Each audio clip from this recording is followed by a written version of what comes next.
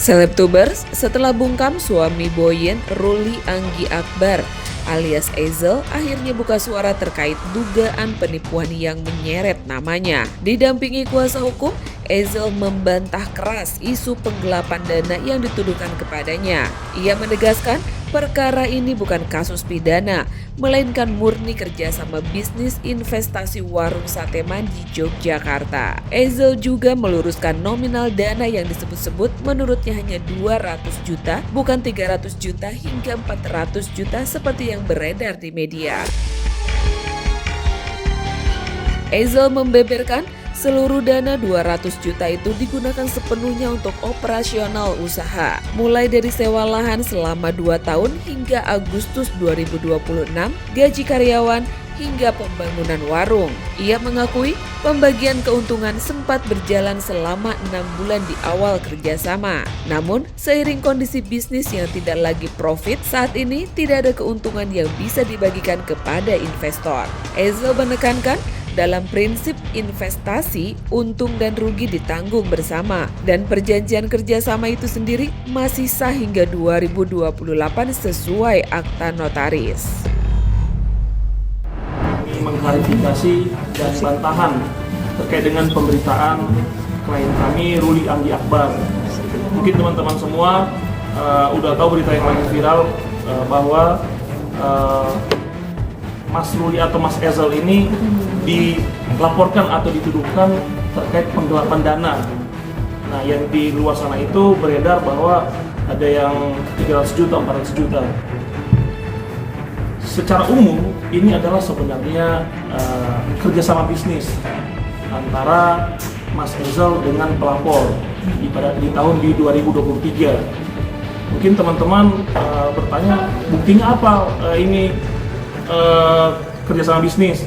Nah, kami punya dokumen. Memang kami tidak bisa membuka karena ini kan masih dalam tahap perkara ya, karena kan kami telah lihat di media bahwa kami juga telah dilaporkan di tanggal 6 atau tanggal 7, mohon nanti dikoreksi. Pada saat ini sih kami masih belum menerima panggilan apapun. Jadi di dalam ini adalah perjanjian antara Sateman, yaitu Mas Ezel sendiri dengan para pelapor. Nah, singkat cerita, Mas Ezel ini dengan pelapor itu sudah kenal sejak lama. Jadi bukan ujuk-ujuk baru kenal bikin bisnis, enggak. Kenal sejak 2016. Jadi sebelumnya ada bisnis bareng di bisnis yang lain. Nah, melihat dari integritas dan kejujuran Mas Ezel dalam berbisnis selama ini, maka pelapor berniat bekerja sama dengan ditawarkan oleh Mas Ezel kepada mereka. Visi Mas Ezel sebelumnya ya, visi akhirnya di 22 Agustus 2023 terbitlah perjanjian ini. Nah, itu yang diserahkan oleh pelapor hanya 200 juta teman-teman, bukan seperti yang diberitakan 300 sampai 400 juta. Jadi 200 juta itu digunakan untuk operasional seperti sewa lahan, kemudian gaji anggota dan lain-lain. Jadi di sini tidak ada penipuan dan penggelapan seperti yang dilakukan. Tapi investasi yang diberikan itu sejumlah 200 juta. Dan ini sebenarnya berdasarkan akta notaris yang sudah kita perlihatkan, ini masih berlaku sampai tahun 2028. Nah, jadi sampai hari ini kita membuat klarifikasi, warung sate man yang berada di Gejayan, Yogyakarta itu masih buka sampai hari ini. Bisa teman-teman media nanti Google sendiri bahwa masih berjalan. Bahwa dalam perjanjian tersebut juga dinyatakan bahwa investasi ini dikembalikan apabila Mas Ezel atau Mas Ruli membatalkan perjanjian setelah 2028. Begitu. Jadi kan laporan yang ada di media bahwa disampaikan Mas Ezel menipu dengan 300 juta, bahwa 200 juta itu memang sudah dialokasikan untuk pembangunan warung sate man. Begitu.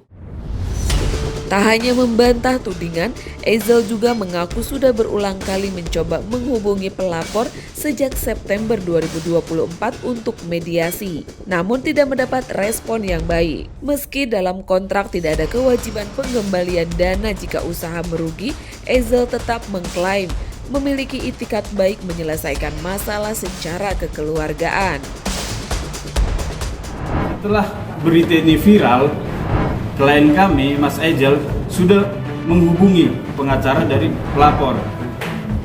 Pak siapa? Nah, itu kita katakan siapa? Sudah dihubungi bahwa sudah ada itikat baik dari klien kami menyatakan, Pak, ini sedang berjalan. Terkait profit, nanti akan segera dikembalikan. Bahwa memang sekarang tidak profit, apa yang perlu diserahkan oleh klien kami? Seperti itu.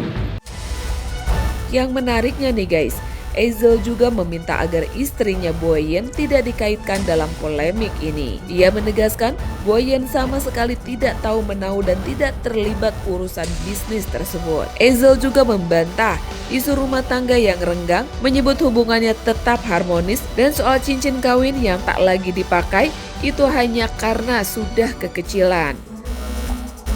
Sementara itu nih guys, Ezel memastikan warung Sateman di kawasan Gejayan, Yogyakarta masih beroperasi hingga kini. Namun ia tak menampik pemberitaan negatif telah berdampak besar menurunkan jumlah pelanggan. Ezel menyatakan siap menghadapi proses hukum jika dipanggil polisi. Meski begitu, ia tetap yakin masalah ini berada di ranah perdata, bukan pidana.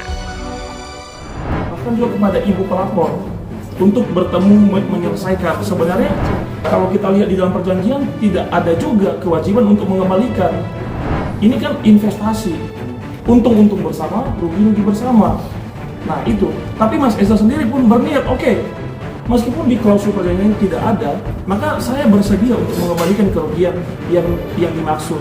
Cuma pelapor ini tidak mau untuk bertemu. Nah, tadi kan Bang Musor mengatakan bahwa sudah ada pertemuan dengan lawyer yang benar.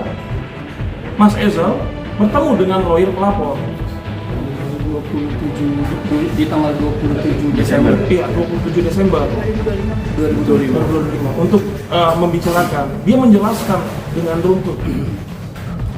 Jadi kami bisa mengklaim ini bukan seperti yang dilaporkan. Karena kami tahu betul. Kebetulan kami ini sama-sama dari Jogja, sudah kenal beliau dari 2019. Jadi di tanggal 27 Desember saya berusaha untuk kontak lawyernya, saya cari informasi tentang lawyernya. Niat baik saya adalah untuk bertemu sama lawyernya.